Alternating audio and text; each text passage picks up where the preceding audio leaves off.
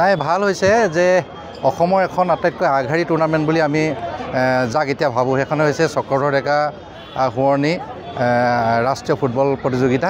এইখন এইবাৰ 13 সংখ্যক বৰ্ষত মোকালমোৱা আঞ্চলিক ক্ৰীড়া সন্থাই আয়োজন কৰিছে আৰু এই প্ৰতিযোগিতাখনে অসমৰ ফুটবল ক্ষেত্ৰখনক ৰাষ্ট্ৰীয় পৰ্যায়লৈ লৈ গৈছে।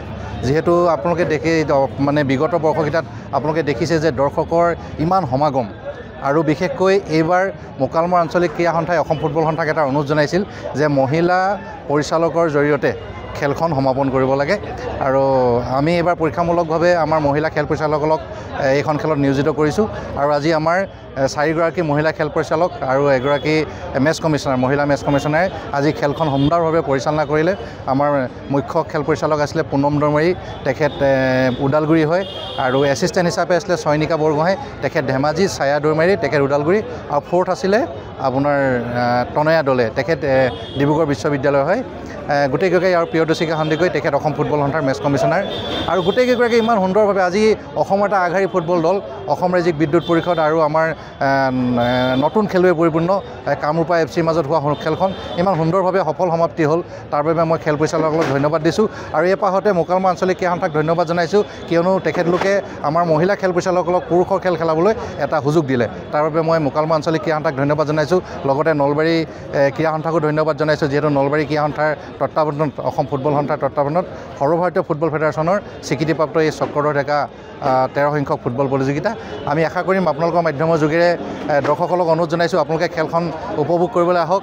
যিহেতু চক্ৰধৰ ডেকা ফুটবল প্ৰতিযোগিতা এটা নাম আছে, বিগত বৰ্ষকেইটাত খুব সুন্দৰভাৱে সমাপ্ত হৈছে আৰু এইবাৰো আমি আশা কৰিছোঁ খুব সুন্দৰভাৱে সমাপ্ত হ'ব।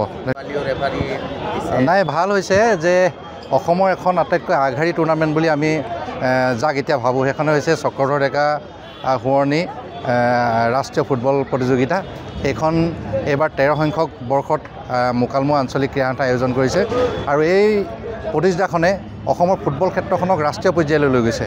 যিহেতু আপোনালোকে দেখি মানে বিগত বৰ্ষকেইটাত আপোনালোকে দেখিছে যে দৰ্শকৰ ইমান সমাগম আৰু বিশেষকৈ এইবাৰ মোকালমোৱা আঞ্চলিক ক্ৰীড়া সন্থাই অসম ফুটবল সন্থাক এটা অনুৰোধ জনাইছিল যে মহিলা পৰিচালকৰ জৰিয়তে খেলখন সমাপন কৰিব লাগে আৰু আমি এইবাৰ পৰীক্ষামূলকভাৱে আমাৰ মহিলা খেল পৰিচালকসকলক এইখন খেলত নিয়োজিত কৰিছোঁ আৰু আজি আমাৰ 4গৰাকী মহিলা খেল পৰিচালক আৰু এগৰাকী মেচ কমিশ্যনাৰ মহিলা মেচ কমিশ্যনাৰে আজি খেলখন সুন্দৰভাৱে পৰিচালনা কৰিলে। আমাৰ মুখ্য খেল পৰিচালক আছিলে পুনম দৰমাৰী, তেখেত ওদালগুৰি হয় আৰু এছিষ্টেণ্ট হিচাপে আছিলে চয়নিকা বৰগোহাঁই, তেখেত ধেমাজি, ছায়া দৰমাৰী, তেখেত ওদালগুৰি আৰু ফ'ৰ্থ আছিলে আপোনাৰ তনয়া দলে, তেখেত ডিব্ৰুগড় বিশ্ববিদ্যালয় হয়। গোটেইকেইগৰাকী আৰু প্ৰিয়দৰ্শিকা সন্দিকৈ তেখেত অসম ফুটবল সন্থাৰ মেচ কমিশ্যনাৰ আৰু গোটেইকেইগৰাকী ইমান সুন্দৰভাৱে আজি অসমৰ এটা আগশাৰী ফুটবল দল অসম ৰাজ্যিক বিদ্যুৎ পৰিষদ আৰু আমাৰ নতুন খেলুৱৈ পৰিপূৰ্ণ কামৰূপা FCৰ মাজত হোৱা খেলখন ইমান সুন্দৰভাৱে সফল সমাপ্তি হ'ল। তাৰ বাবে মই খেল পৰিচালকসকলক ধন্যবাদ দিছোঁ আৰু এই পাহতে মোকালমোৱা আঞ্চলিক ক্ৰীড়া সন্থাক ধন্যবাদ জনাইছোঁ, কিয়নো তেখেতলোকে আমাৰ মহিলা খেল পৰিচালকসকলক পুৰুষৰ খেল খেলাবলৈ এটা সুযোগ দিলে। তাৰ বাবে মই মোকালমোৱা আঞ্চলিক ক্ৰীড়া সন্থাক ধন্যবাদ জনাইছোঁ। লগতে নলবাৰী ক্ৰীড়া সন্থাকো ধন্যবাদ জনাইছোঁ, যিহেতু নলবাৰী ক্ৰীড়া সন্থাৰ তত্বাৱধানত অসম ফুটবল সন্থাৰ তত্বাৱধানত সৰ্বভাৰতীয় ফুটবল ফেডাৰেশ্যনৰ স্বীকৃতিপ্ৰাপ্ত এই চক্ৰধৰ ডেকা 13 সংখ্যক ফুটবল প্ৰতিযোগিতা।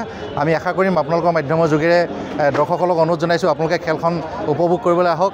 যিহেতু চক্ৰধৰ ডেকা ফুটবল প্ৰতিযোগিতা এটা নাম আছে, বিগত বৰ্ষকেইটাত খুব সুন্দৰভাৱে সমাপ্ত হৈছে আৰু এইবাৰো আমি আশা কৰিছোঁ খুব সুন্দৰভাৱে সমাপ্ত হ'ব।